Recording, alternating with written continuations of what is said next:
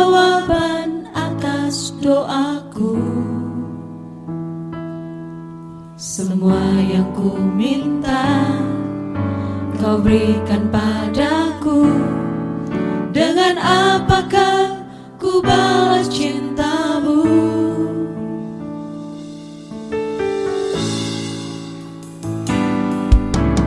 Tak pernah ku bayangkan semua ini, yang terbaik Kau berikan untukku. Anugerah terbesar Kau mati bagiku. Dengan apakah ku balas cintamu?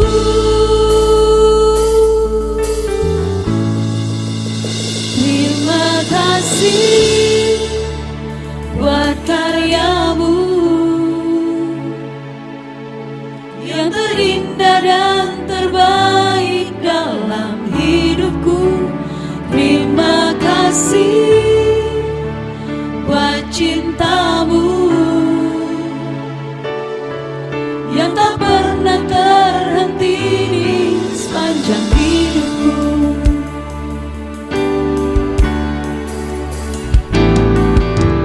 Tak pernah ku bayangkan semua ini menjadi jawaban atas doaku.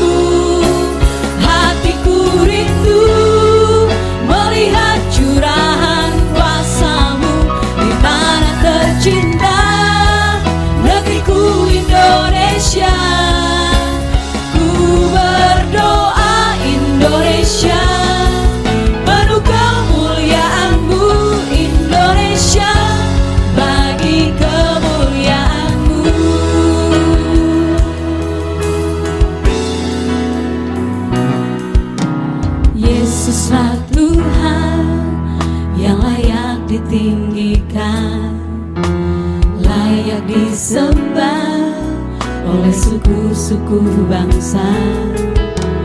Dengan darah-Mu Kau telah tebus dosaku, genapi Tuhan firman-Mu atas negeriku.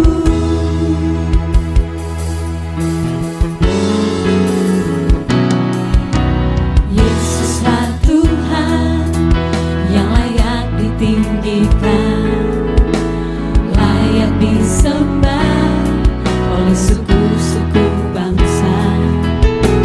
Dengan darah-Mu Kau telah tebus dosaku, genapi Tuhan firman-Mu atas negeriku.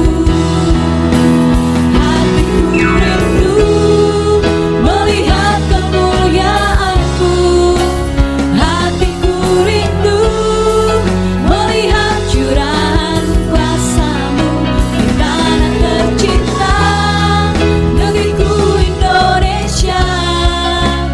Ku berdoa Indonesia, penuh kemuliaan-Mu Indonesia, bagi kemuliaan-Mu. Hatiku rindu melihat kemuliaan-Mu, hatiku rindu melihat curahan kuasa-Mu di tanah tercinta, negeriku Indonesia. Ku berdoa Indonesia, penuh kemuliaan-Mu Indonesia, bagi kemuliaan-Mu. Ya Allahku, nyatakan kemuliaan-Mu. Ya Allahku, nyatakan curahan kuasa-Mu di tanah tercinta, negeriku Indonesia. Ku berdoa Indonesia, penuh kemuliaan-Mu Indonesia, bagi kemuliaan-Mu. Indonesia, bagi kemuliaan-Mu. Indonesia, bagi kemuliaan-Mu.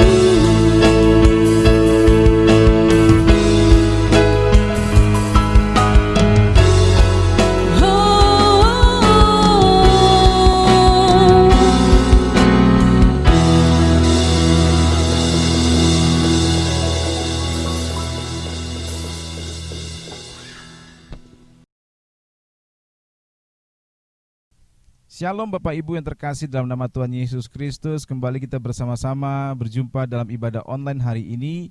Dan hari ini kita akan belajar tentang Yesus menjadi pusat hidup kita, bahwa Dialah yang seharusnya menjadi pusat dalam kehidupan kita.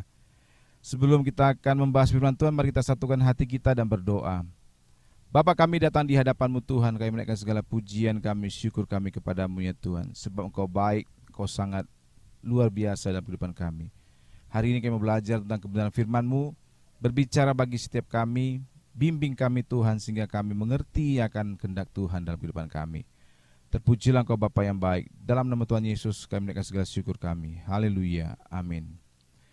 Bapak Ibu dan saudara-saudara sekalian, saat ini saya berada di kota Prapat, di atas salah satu puncak bukit di mana kita bisa melihat begitu indahnya ciptaan Tuhan yang luar biasa. Di belakang saya ada Danau Toba yang terbentang dengan luasnya, dengan indahnya, dan juga di samping sana ada pegunungan yang sangat menarik dan sangat menyejukkan hati. Kita bersyukur kepada Tuhan Allah kita yang hidup, yang telah menciptakan dunia ini. Kita bersyukur karena Dia tidak sekedar hanya menciptakan dunia, tapi Dia menciptakannya dengan satu seni yang sangat indah, sehingga setiap kita umat manusia ciptaannya kita bisa menikmati keindahan daripada dunia ini yang sudah diciptakan Tuhan dengan begitu hebat dan luar biasanya. Dan oleh karena itu, hari ini kita mau belajar bahwa Yesuslah yang harusnya menjadi pusat dalam kehidupan kita, karena Dia sudah merancangkan segala sesuatunya, Dia sudah menciptakan, menyediakan segala sesuatu yang baik dalam kehidupan kita. Maka sepatutnya kita belajar bahwa Yesus menjadi pusat satu-satunya dalam kehidupan kita. Firman Tuhan katakan di dalam Yohanes 15 ayat 1-8 berkata demikian, Akulah pokok anggur yang benar dan Bapakulah pengusahanya. Setiap ranting padaku yang tidak berbuah dipotongnya, dan setiap ranting yang berbuah dibersihkannya, supaya ia lebih banyak berbuah. Kamu memang sudah bersih karena firman yang telah kukatakan kepadamu. Tinggallah dalam aku dan aku dalam kamu, sama seperti ranting tidak dapat berbuah dari dirinya sendiri kalau ia tidak tinggal pada pokok anggur. Demikian juga kamu tidak berbuah jikalau kamu tidak tinggal dalam aku. Akulah pokok anggur dan kamulah ranting-rantingnya. Barang siapa tinggal dalam aku dan aku dalam dia, ia berbuah banyak, sebab di luar aku kamu tidak dapat berbuat apa-apa. Barang siapa tidak tinggal dalam aku, ia dibuang keluar seperti ranting dan menjadi kering, kemudian dikumpulkan orang dan dicampakkan ke dalam api lalu dibakar. Jikalau kamu tinggal dalam aku dan firmanku tinggal dalam kamu, mintalah apa saja, mintalah apa saja yang kamu kehendaki, dan kamu akan menerimanya. Dalam hal inilah Bapakku dipermuliakan, yaitu jika kamu berbuah banyak, dan dengan demikian kamu adalah murid-muridku. Bapak Ibu yang terkasih, berdasarkan firman Tuhan yang barusan kita dengar, Yesus mengatakan kepada para murid-murid bahwa Dia adalah pokok anggur yang benar. Kalau ada yang benar, berarti ada yang tidak benar. Maksud Yesus mengatakan pokok anggur yang benar karena Bapa di sorgalah yang menjadi pengusahanya. Yesus mengambil contoh pokok anggur dikarenakan bagi orang Yahudi, anggur merupakan lambang dari kesejahteraan. Dan dalam setiap pesta yang mereka adakan akan selalu tersedia anggur. Sehingga di dalam kehidupan mereka, anggur merupakan bukan sesuatu yang asing, tetapi sudah sangat familiar. Di dalam contoh tersebut ada dua jenis ranting. Yang pertama, ranting yang tidak berbuah maka akan dipotong lalu dibuang. Sedangkan ranting yang kedua, dia bersihkan agar menghasilkan buah yang banyak. Dan kita tidak akan membahas ranting yang pertama karena kita tidak mau menjadi ranting yang pertama, ranting yang kering, ranting yang tidak berbuah, dipotong jadi kering dan dicampakkan ke dalam api. Hari ini kita akan membahas tentang ranting yang kedua, ranting yang dibersihkan sehingga dia akan menghasilkan buah yang lebih banyak. Kita akan membahas pada ayat yang ketiga itu, kamu memang sudah bersih karena firman yang telah kukatakan kepadamu. Bapak, Ibu, dan saudara-saudara sekalian, ketika kita percaya kepada Yesus, maka hidup kita dibersihkan oleh firman-Nya. Dosa kita diampuni dan kepada kita diberikan kuasa menjadi anak-anak Allah. Dengan demikian, maka kita berhak untuk mendapatkan hidup yang kekal bersama-sama dengan Tuhan. Namun yang menjadi persoalan adalah ketika kita percaya kepada Yesus, kita tidak langsung masuk surga, tapi kita masih tinggal dan hidup di dunia dalam jangka waktu yang cukup panjang. Nah, selama kita hidup di dunia ini, apakah hidup kita ini produktif dan menghasilkan buah, atau hidup kita ini tidak bermakna dan tidak menghasilkan apa-apa? Nah, di dalam ayat yang keempat, Yesus memberikan penekanan kepada para muridnya, yaitu tinggallah dalam aku dan aku dalam kamu, sama seperti ranting tidak dapat berbuah dari dirinya sendiri kalau ia tidak tinggal pada pokok anggur. Demikian juga kamu tidak akan berbuah jikalau kamu tidak tinggal dalam aku. Yesus memberikan penekanan bahwa kita harus tinggal dalam Dia. Dan Dia ada di dalam kita supaya hidup kita bisa menghasilkan buah. Agar hidup kita menjadi hidup yang produktif. Agar hidup kita menjadi hidup yang bermakna bagi banyak orang.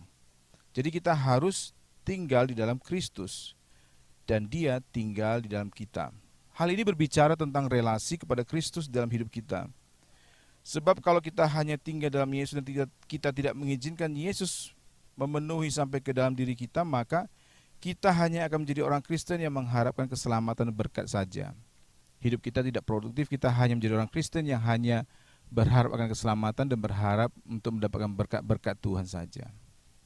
Jadi perlu bagi kita untuk membangun relasi yang lebih lagi pada Tuhan sehingga kita ini dibersihkan dan kita menghasilkan buah yang lebih banyak. Agar orang lain juga bisa menikmati buah-buah daripada kehidupan kita dan mereka bisa menjadi percaya kepada Kristus dalam kehidupan mereka. Kalau kita mengizinkan kepenuhan akan Kristus dalam perjalanan hidup kita, maka di ayat yang kelima dan ketujuh dikatakan, akulah pokok anggur dan kamulah ranting-rantingnya. Barang siapa tinggal dalam aku dan aku dalam dia, ia berbuah banyak, sebab di luar aku kamu tidak dapat berbuat apa-apa. Jikalau kamu tinggal dalam aku dan firman-Ku tinggal dalam kamu, mintalah apa saja yang kamu kehendaki dan kamu akan menerimanya. Ranting yang melekat kepada pokok anggur yang baik, yang dapat memenuhi segala sumber nutrisinya, sehingga membuat ranting tersebut bisa menghasilkan buah yang banyak. Relasi yang baik dengan Tuhan akan menghasilkan kemenangan dan keberhasilan dalam hidup saya dan hidup Anda. Relasi yang baik dengan Tuhan akan membuat hidup kita menjadi hidup yang menghasilkan buah, dan kita akan mengalami keberhasilan karena Tuhan mengatakan mintalah apa saja dan kamu akan menerimanya. Oleh karena itu perlu bagi kita untuk memahami bahwa hidup kita ini harus menjadi hidup yang pertama itu produktif. Kita harus menjadi hidup yang produktif, hidup yang menghasilkan buah-buah pertobatan, sehingga banyak orang yang bisa mengecap buah tersebut dan mereka bisa menikmati kehidupan mereka bersama-sama dengan Tuhan. Kita harus menghasilkan buah-buah dalam kehidupan kita. Kita tidak menjadi orang Kristen yang pasif. Kita tidak menjadi orang Kristen yang hanya duduk-duduk saja menunggu harinya Tuhan tiba nantinya. Tapi sepanjang kehidupan kita, dalam kita menantikan kedatangan Tuhan yang kedua kalinya, hidup kita harus produktif, kita harus bisa menghasilkan sesuatu yang baik, sesuatu yang bermakna bagi banyak orang, sehingga mereka bisa mengenal siapa Allah kita melalui buah-buah pertobatan kita. Amin Bapak Ibu. Kita harus menjadi orang Kristen yang produktif, bukan orang Kristen yang pasif. Kita tidak cukup hanya dengan duduk-duduk saja, kemudian kita cuman hanya berdoa saja, tapi kita harus melakukan sesuatu dalam kehidupan kita. Gereja harus mengerjakan sesuatu. Gereja harus berbuat sesuatu bagi dunia ini, sehingga mata dunia ini bisa tertuju kepada gereja dan mereka bisa menikmati buah-buah dari apa yang sudah kita hasilkan dalam kehidupan kita.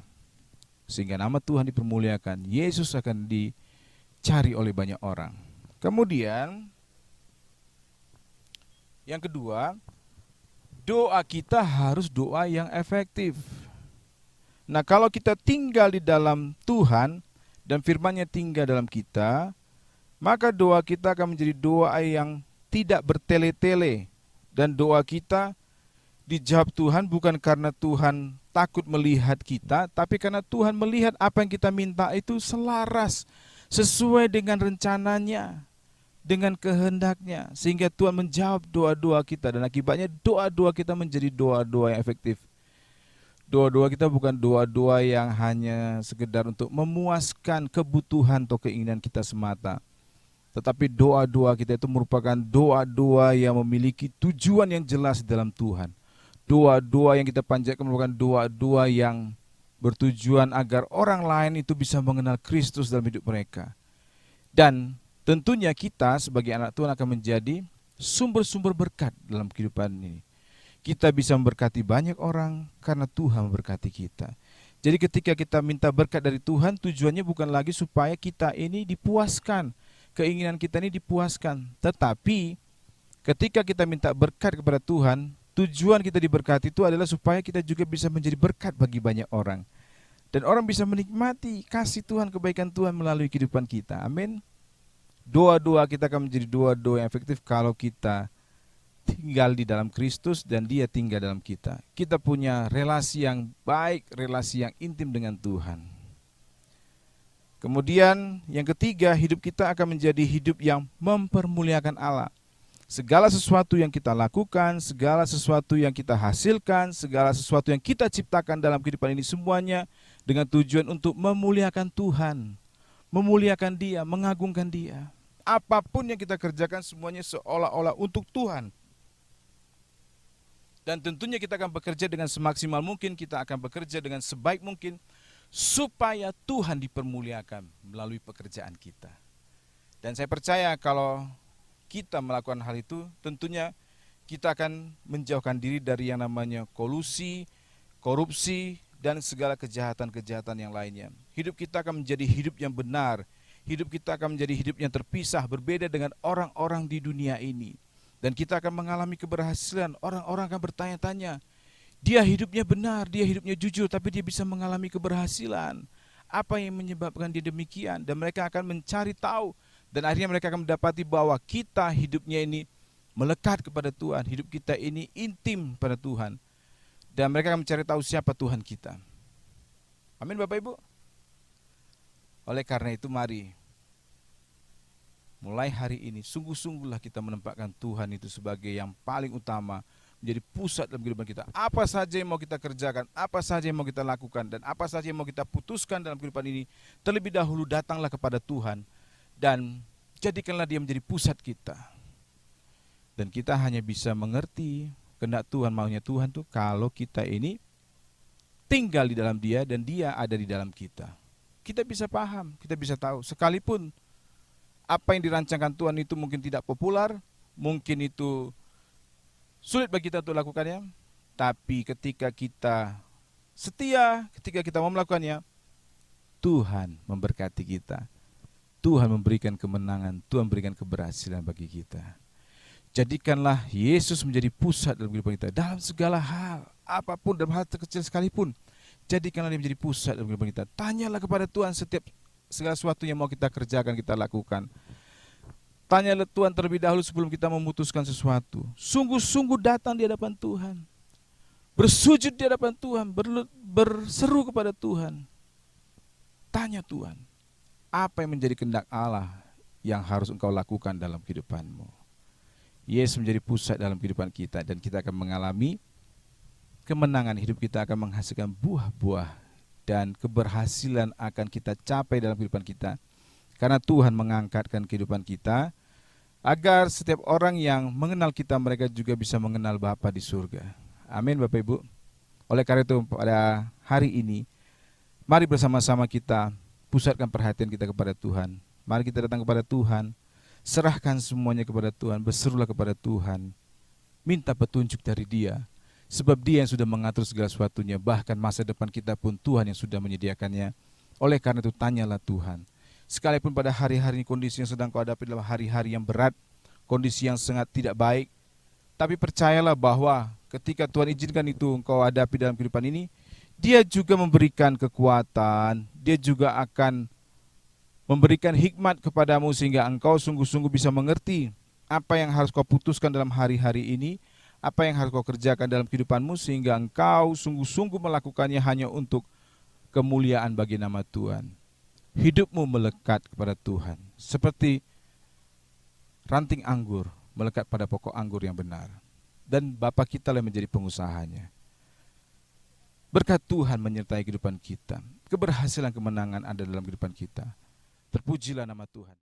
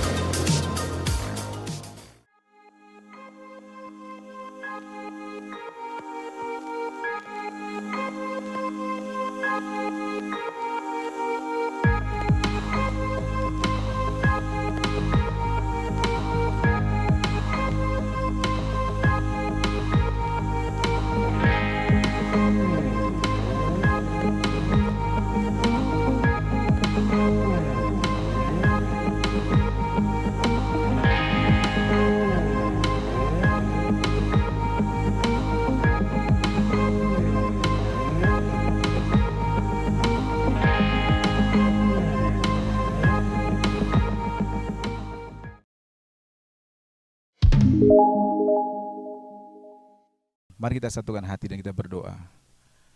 Kami mengucap syukur dan berterima kasih Tuhan untuk firman-Mu yang sudah kami dengar hari ini. Ajarilah kami selalu untuk kami hidup melekat kepadamu ya Tuhan. Kami sungguh-sungguh ada di dalam Engkau, Engkau ada dalam kami ya Tuhan. Sehingga kami mengerti apa yang menjadi kehendak-Mu yang harus kami lakukan dalam kehidupan ini. Sebab Engkau Bapa yang baik, Engkau yang sudah merancangkan seluruh perjalanan kehidupan kami. Dan Engkau sudah menyiapkan masa depan yang baik, masa depan yang cerah, masa depan yang penuh pengharapan bagi setiap kami.